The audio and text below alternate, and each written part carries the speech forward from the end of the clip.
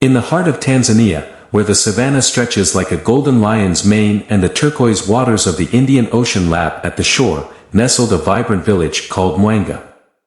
Here lived Princess Zahara, a girl with a heart as warm as the midday sun and a laugh that could chase away even the stormiest clouds. But what truly set Zahara apart was her nose, a magnificent, curving creation that rivaled the trunk of an elephant in length. Everyone in Mwanga knew Zahara. Her kindness was as legendary as her nose. She helped Mama Amina string her brightly colored beads, fetched mangoes for the elders who couldn't climb trees anymore, and even shared her precious collection of seashells with the shy children who peeked at her from behind doorways. Yet, her long nose, like a question mark turned upside down, overshadowed everything else.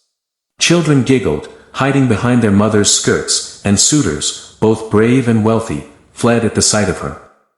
This saddened Zahara deeply.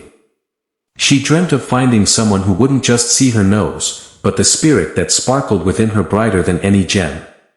One scorching afternoon, a strange rhythm vibrated through the air. A deep, booming sound, like a giant's heartbeat, echoed from the dusty plains beyond the village. Fear gripped the villagers like a tight fist. Whispers flew like startled birds through the marketplace. A monstrous creature, a giant with a single glowing eye, was approaching. Zahara, however, wasn't one to cower.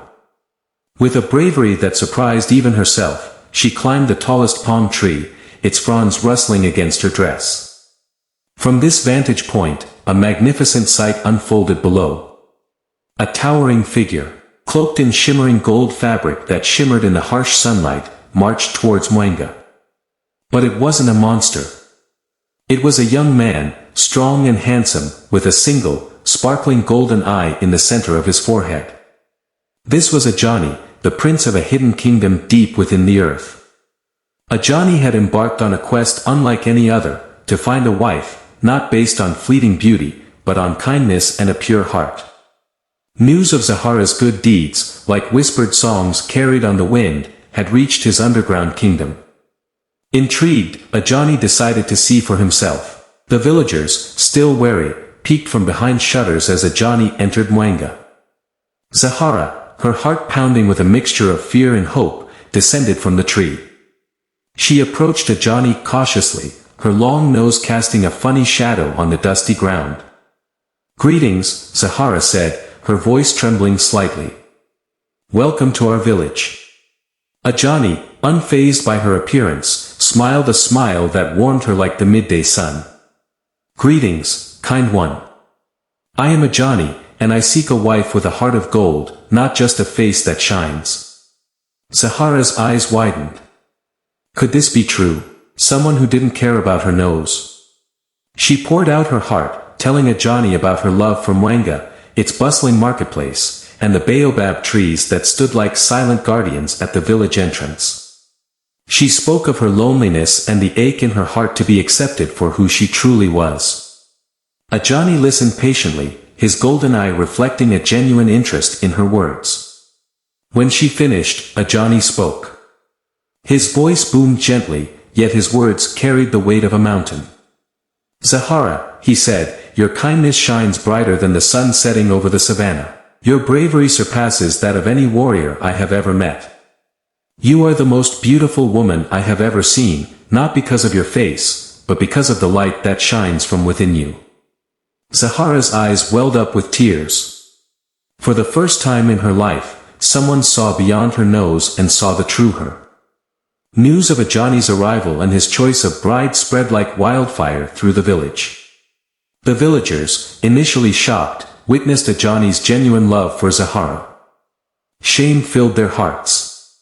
They remembered all the times they had laughed, all the opportunities to be kind they had missed. The day of the wedding arrived, a day filled with vibrant colors and joyous music. Zahara, adorned in a flowing white dress that shimmered like moonlight on water, and a crown of fragrant jasmine flowers that sat gently on her head, looked radiant. Aani, dressed in his golden cloak, took her hand. Their vows, exchanged under the ancient baobab tree, were a promise of love, respect, and acceptance.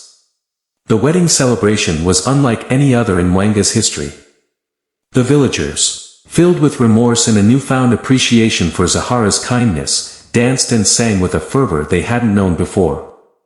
Zahara, finally accepted, danced with a lightness she had never experienced.